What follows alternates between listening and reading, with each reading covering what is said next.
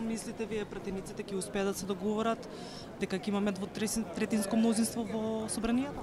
Па се е можно во една ваква ситуација. Факт е дека постојат огромни притисоци врз пратениците како од едната, така и од другата страна. Од друга страна, исто така слушавме одредени дисонантни тонови на одделни пратеници преку нивните постови, кои што не кореспондира генерално со ставот на партијата.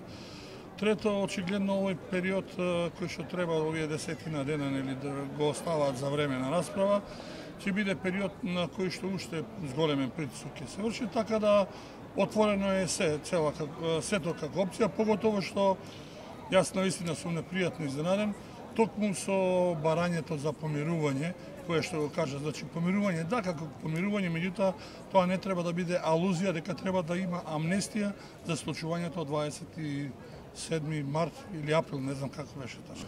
Па јас уште во старт кажав дека сум против Преспанскиот договор. Значи, ако сум против Преспанскиот договор, тоа значи дека тој договор не може да биде основа за менување на уставот. Мислам дека и понатаму ќе грее сонцето.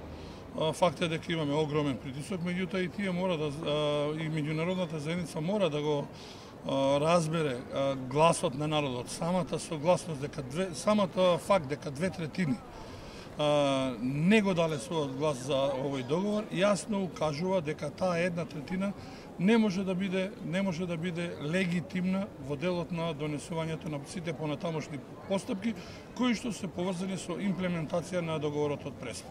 Иако референдумот беше консултативен, а не обврзувач. Тоа е уште пострашно. Согласно уставот и нели законот мораше да биде за едно вакво прашање задолжителен референдум. Тоа беше само еден начин да се направи отстапка во случај на негативно нели неисполнување на условот, како што и беше.